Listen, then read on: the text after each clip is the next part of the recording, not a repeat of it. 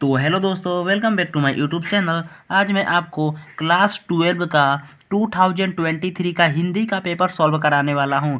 302 Z I set का paper है। ये सबसे महत्वपूर्ण सेट है। अगर आपको किसी और सेट पे भी पेपर चाहिए तो आप मेरे वीडियो पे कमेंट कीजिए उस सेट का नंबर और किस सेट का वो पेपर है, कमेंट कीजिए। मैं उस सेट पे आपको वीडियो प्रोवाइड कर दूंगा। ठीक, आइए हम लोग समय न गवाते हुए वीडियो को स्टार्ट करते हैं। समय 3 घंटे 15 मिनट।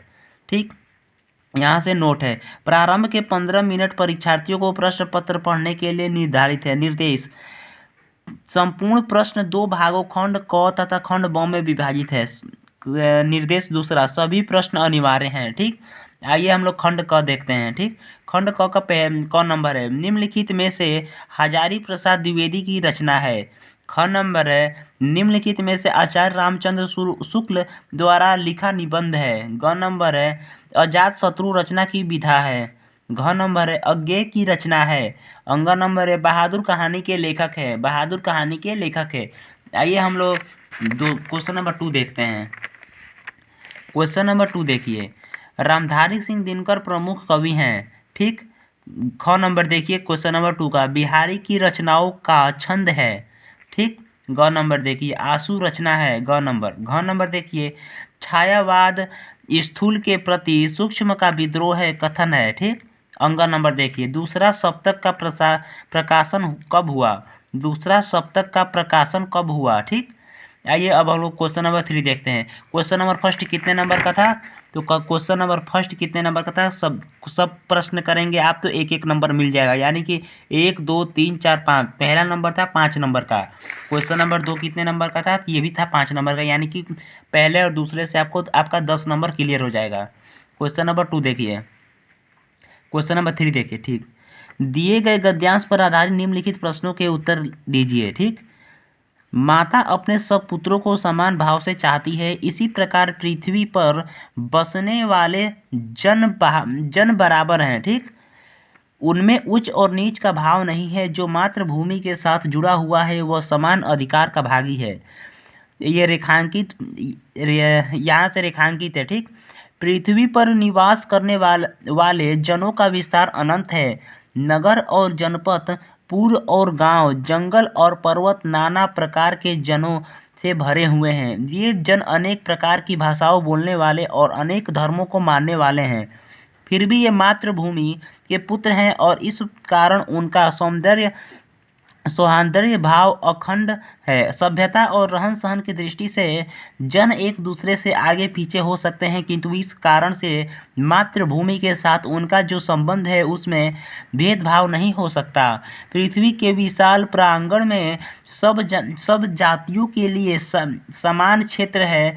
समन्वय के मार्ग से भरपूर प्रगति और उन्नति करने का सबको एक जैसा अधिकार है। किसी जन को पीछे छोड़कर राष्ट्र आगे नहीं बढ़ सकता। अतः राष्ट्र के प्रत्येक अंग की सुध हमें लेनी चाहिए। इस पे आधारित प्रश्न दिया गया है, उस प्रश्न को आप लोग देख लीजिए। ठीक, पहला है, उपयुक्त गद्यांश के पाठ और लेखक का नाम लिखिए।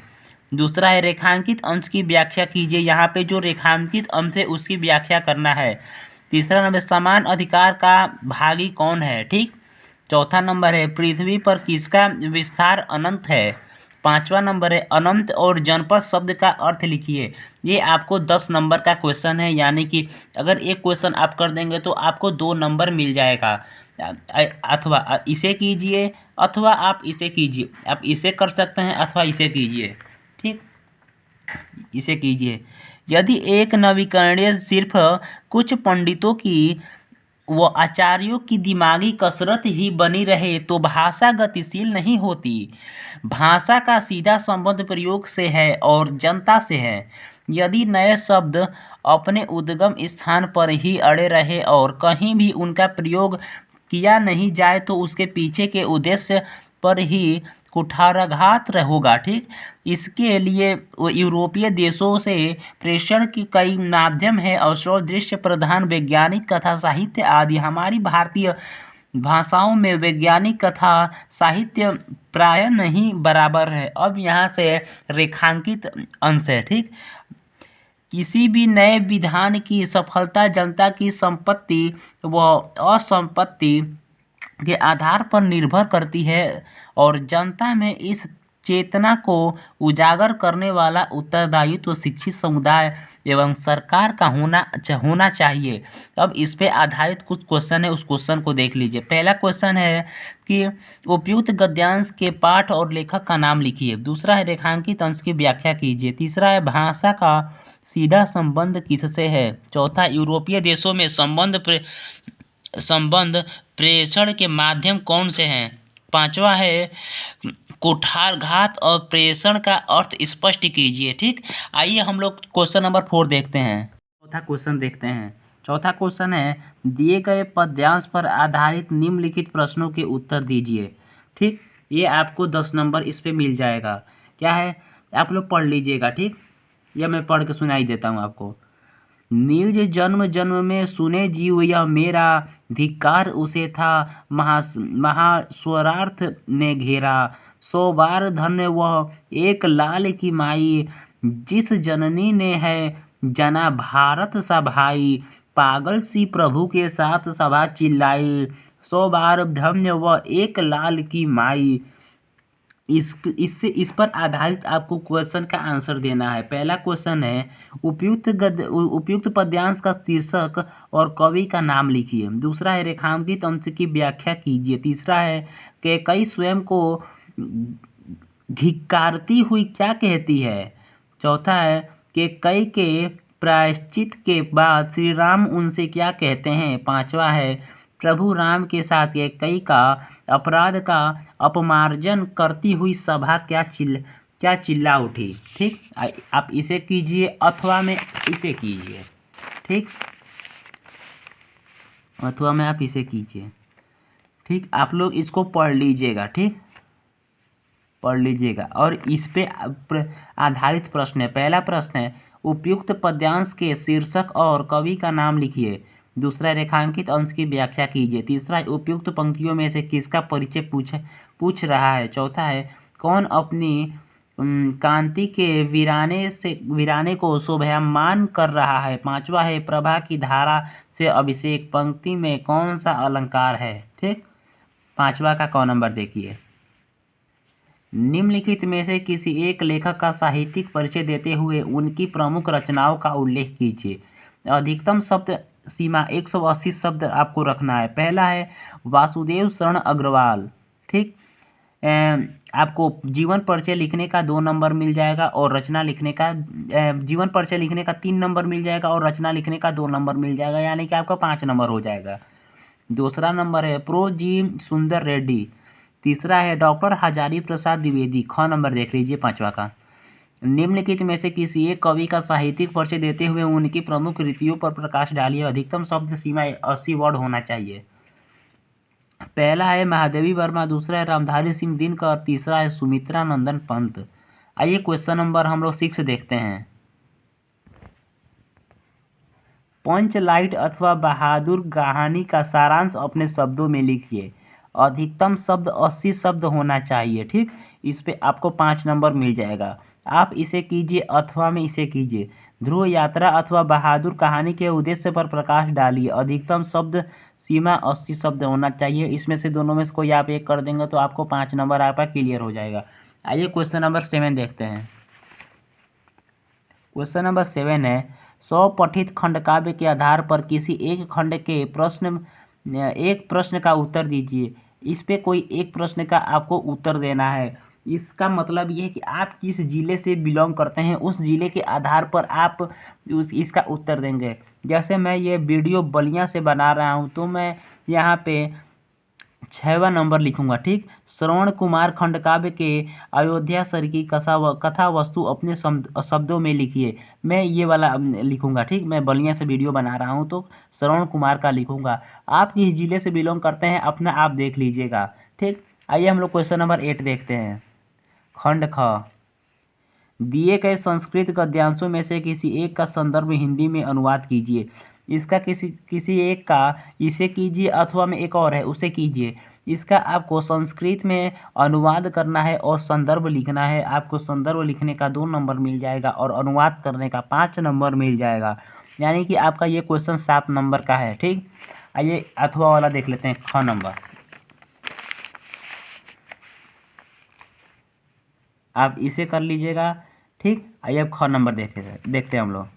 दिए गए श्लोकों में से किसी एक का संदर्भ हिंदी में अनुवाद लिखिए। ठीक, इस संदर्भ लिखने का 2 नंबर मिल जाएगा और अनुवाद करने का 5 नंबर मिल जाएगा। ठीक, आप इसका करिए या इसका करिए, आपको कितने नंबर मिल जाएंगे? 7 नंबर मिल जाएंगे।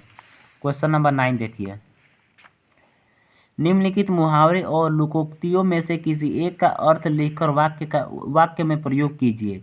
पहला है अपना उल्लू सीधा करना, दूसरा है ईद का चांद होना, तीसरा है काला अक्षर भैंस बराबर। इसमें से कोई आप एक लिखेंगे, आपको 1-1 नंबर मिल जाएगा। ठीक, क्वेश्चन नंबर 10 देखिए। क्वेश्चन नंबर 10 का क देखिए। निम्नलिखित शब्दों में से संधि विच्छेद के सही विकल्प का चयन कीजिए। पहला है रमेश का सही संधि विच्छेद है, दूसरा है कविंद्र का सही संधि विच्छेद है, तीसरा है गायकों में सही संधि विच्छेद है। ठीक, 6 नंबर देख लीजिए।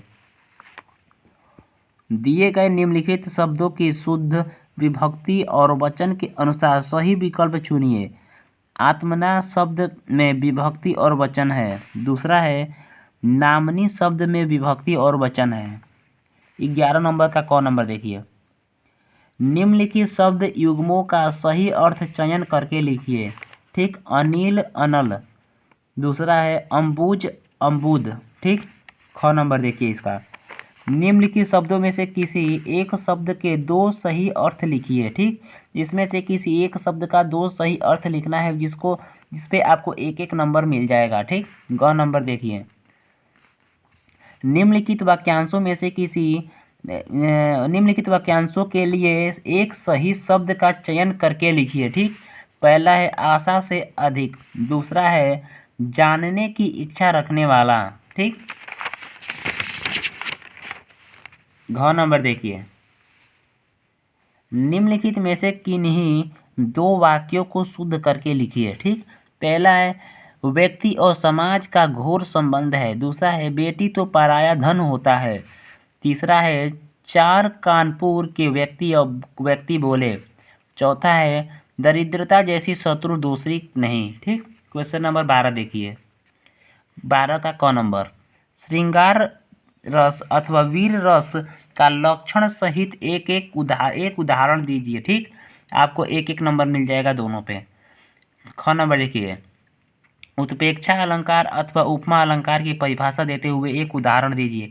इसमें से कोई एक लिख देंगे तो 1 नंबर मिल जाएगा, उदाहरण लिखने का 1 नंबर मिल जाएगा और परिभाषा देने का 1 नंबर मिल जाएगा। इसमें से कोई एक, और क नंबर में से भी कोई एक। ठीक, ग नंबर दे कुंडलिया छंद अथवा दोहा छंद का लक्षण और उदाहरण लिखिए। कुंडलिया का उदाहरण लिखिए और परिभाषा लिखने का 1 नंबर मिल जाएगा, और आप ये कीजिए अथवा दोहा का लिखिए। ठीक, आपको 2 नंबर दोनों पे मिल जाएगा, दोनों में से कोई एक करेंगे तो आपको 2 नंबर मिल जाएगा। ठीक, 13 नंबर देखिए। किसी विद्यालय के प्रधानाचार्य को सहायक अध्यापक की भर्ती हेतु एक पत्र लिखिए। आप ये कीजिए अथवा ये कीजिए। किसी बैंक के प्रबंधक को अपने अध्ययन हेतु अल्प ब्याज में ऋण देने के लिए एक पत्र लिखिए।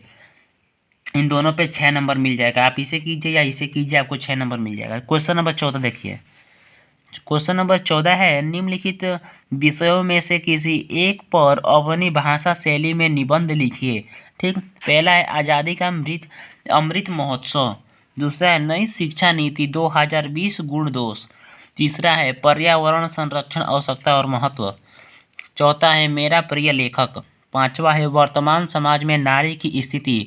इस पे आपको 9 नंबर मिल जाएगा। ठीक दोस्तों, अगर मेरा वीडियो आपको पसंद आया हो तो मेरे वीडियो को लाइक कीजिए, सब्सक्राइब कीजिए और अपने दोस्तों के साथ शेयर कीजिए। आपको सब्सक्राइब करने से बहुत फ़ायदा होगा, क्योंकि मैं क्लास 12 का और क्लास 10 का यहाँ पे मॉडल पेपर डालता रहता हूँ। क्लास 10 का और जिस सेट पे आपको मॉडल पेपर चाहिए उस सेट पे आप कमेंट कीजिए, मैं आपको पेपर प्रोवाइड कर दूँगा। ठीक, थैंक यू।